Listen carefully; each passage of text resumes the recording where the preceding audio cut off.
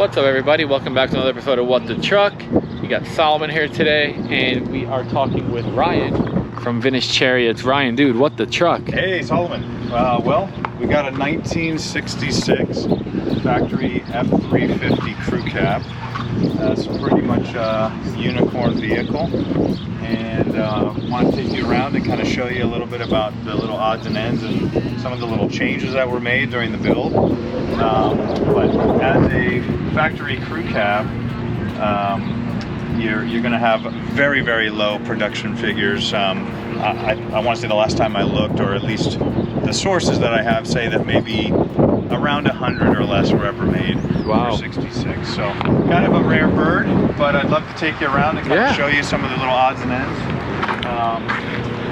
So you'll notice one of the first things you'll notice with the F350 versus the F250 is it has the larger wheel arch openings on the front fenders. On the F250 and earlier packages, you usually have like a little bit of a double lip on the fender, but on the one-ton axle trucks, you had the wider arch, so you kind of get a different look and you have more space for bigger tires. So. Yeah, you do.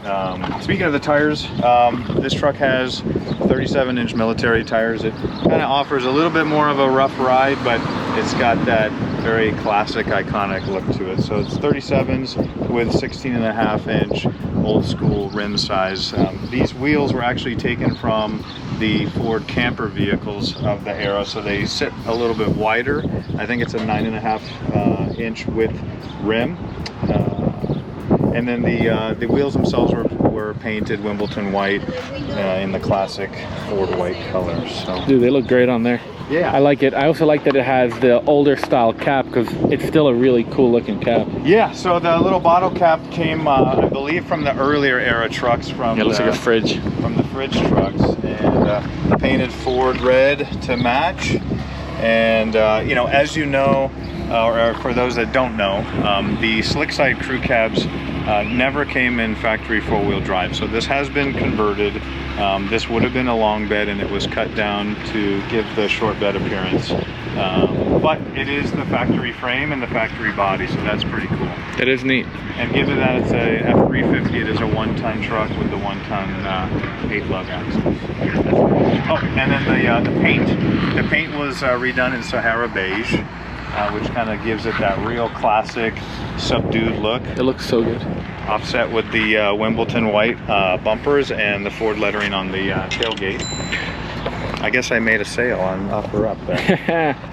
What's that's I guess where it came from? Yeah, so that's the an original dealer emblem that was typical of the era for dealers would like to advertise their name on the back of their vehicles and their trucks. So that's from Salt Lake City. This is a Salt Lake City DSO delivery truck, and it would have been used for some industrial purpose. I don't remember if I have all the knowledge on what it used to be. I know it was about some sort of construction yellow, as most were. Okay. So it might have been like railroad or... Yeah, from the railroad, or I can't remember what the story was on this one, but it was obviously changed for taste, and it really, really sets off that classic look with the Wimbledon white. Oh, dude, I didn't even realize it said crew cab. Yeah. That's so cool. So yeah, the custom crew cab emblem was created and put on the doors there. That's super cool. The entire time I didn't even pay attention. I just thought it said, custom cab like they all do. Yeah. Wow. So we'll go ahead and open the inside for you so you can kind of take a look. What? You opened 4 doors. Oh, boy. I would say that this truck was done in a very traditional way. Unlike most of the modern builds that you see today, it was kept kind of aesthetically correct for the period. Seats were, just typical black, heavy-duty vinyl, and most typically didn't have any carpeting, but there's been some little mats put in here to kind of match the truck. So, original type headliner, the cardboard headliner, steering wheel with the horn trim ring that would have been featured on the 4x4 trucks, and then the dash was just kept basically as simple as possible, period correct for the era, and just left simple. You get the fancy door panels. Yeah, so you got the door panels that would have been optioned you know, typically like on the custom cab or the higher trim packages where you have the little zippered insert for storage instead of just a blank plate there. So that's kind of cool too. And what is this powered with? So it actually has this was an original V8 truck. So the V8 for this era would have been a 352 small block, and it is powered by the original motor that was redone. So this for you and take a look. And it's mated to 4-speed manual transmission. 208 horsepower. Oh man, was this thing moving back in the day? Oh yeah, so she, you know, as expected, she drives like an old truck, but there's something charming about having an old truck and kind of kept with its original powertrain. You know, driving down the road, you kind of hear the grunt and the grumble of the engine. But you know, speed-wise, you're not going to go anywhere too quick. You don't need to. But you're going to look good doing it. Yeah. When you look this good, you don't have to get there fast. You're enjoying the ride. So, you know, I would say power steering would be a nice upgrade. There's no disc brakes up in front, so that would be an added benefit as well, which will probably be done here, I would imagine, pretty soon. What kind of front ends are there? So it's got a Dana 60 in the front and a Dana 70 in the rear, with a, I believe, a Dana Spicer 30 transfer case. That winch is pretty cool. Yeah, old school Hickey winch in the front, which is kind of cool. I haven't used it, but it just, you know, hopefully you don't have to. Hopefully you don't need it at all. But you know, gives the truck a nice look. Do you think you would ever take this thing wheeling, or probably not? You know, as much as I would want to, I think that this has been done to such a level of cleanliness that I would be remiss to take it on a mountain. Dirt roads only. I'm probably offending all of the fans. I don't think so. I'm not taking it anywhere anytime soon. So. Yeah. At the end of the day, if somebody, you know, I always say, if somebody doesn't like how someone else treats their vehicle, then they should have a vehicle and then see what they think about it. Yeah. Well, I might invite you to take a look at the undercarriage. I don't know if you can get the camera under there. I definitely could. But it was done to kind of an original spec with the red oxide primer along the entire undercarriage and chassis area. Which that's really nice and clean. And then the exhaust is, it features Black Widow Race Venom 250 mufflers, which really give the engine a nice tone. You know, they're kind of known for not having a lot of drone, and a lot of guys are using their stuff now. I use it on all of my products that we offer through Vintage Chariots. So, awesome. Tell me a little about Vintage Chariots. Yeah, so Vintage Chariots, kind of my little brand, I guess you'd say, is just kind of built out of my passion for classic cars and trucks. Gravitate mostly to the trucks nowadays, gravitate mostly to Fords. I don't want to offend the Ford guys, but I do sell some non-Ford things. And I recently launched our website, so you can reach us at vintagechariots.com and kind of see our current offerings. And then you can find us on Instagram as well through the same name, Vintage Chariots. That's awesome. At Instagram. So sweet. Yeah. But you know what, I would say as a brand, what I really try to focus on is finding desirable stuff that's clean, doesn't require a lot of like rust repair. You know, I typically try to find as original as possible, or things that have been done to original taste.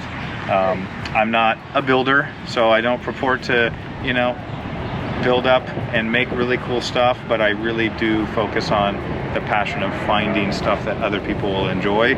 If it's enjoyable to me, then it's enjoyable hopefully to somebody else.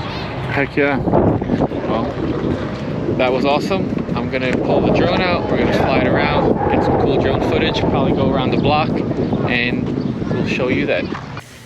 Hey guys, this episode of What the Truck is brought to you by Bear Brakes. I want to say a big shout out to them. Thank you guys for working with us and kind of believing in us and helping us take these videos to the next level, and it really means a lot to me. I've been working with Bear Brakes for a long time. I've had them on a bunch of my vehicles, and that's who I like, that's who I go to. So it's great that now we are working together like this. So if you guys have a project that you're working on, maybe 1965 F100, a 79. They've got kits for everything. So they have from 2 piston all the way up to 6 piston. I think it's 11 inch all the way up to 15 inch rotors, and their stuff looks amazing. Check these out. These are the brakes that are going to be going on Clyde. I had them even mill a custom logo because all of the brakes are made out of billet, which is really nice. This one's a 14 inch, and I'm super happy with them. So if you guys are looking for brakes, head on over to baer.com. Bear Brakes, thank you guys again, and back to the video. All right, so we're gonna go for a little ride around the corner. Dude, this thing's actually really comfy. The seat is surprisingly comfortable. Yeah. I didn't expect it to be that way when I got it. So I expected the black vinyl to kind of be stiff, but it's pretty comfortable. And you know what? You're not a true stick shift operator unless you use bare feet. Okay, I didn't know that. I guess I'm not a true stick shift operator. Yeah. You get better grip that maybe way. you're not a good stick shift operator in Southern California. That's true, that's true. But you know what? Those military tires, they give you a little bit of a bumpy ride, but at the end of the day, it's a truck, right? And it looks good. It does look good. So sometimes, like, my wife always tells me, she's like, pain is beauty. You think it's fun wearing high heels? No. Why do you do it? Because it looks good. There you go. You know, so yeah, you can probably run tires that aren't so bouncy or loud, Yeah. but it won't look as good. She's actually kind of peppy. She goes. Yeah, it does. The old 352 does her job.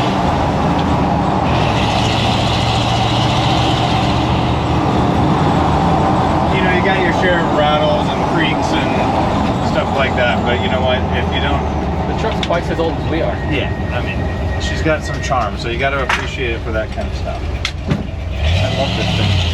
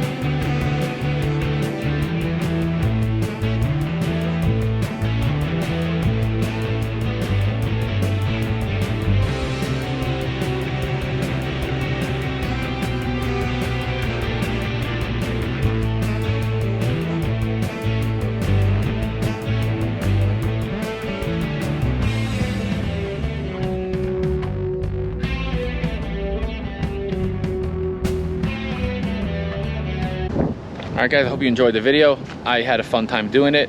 We got kicked out of the original spot that we were at, so now we're in some parking lot. And that's pretty much it. If you can, give the video a thumbs up. If you enjoy the content, consider subscribing to the channel. Got any questions, comments, drop them down below. We'll see you in the next one.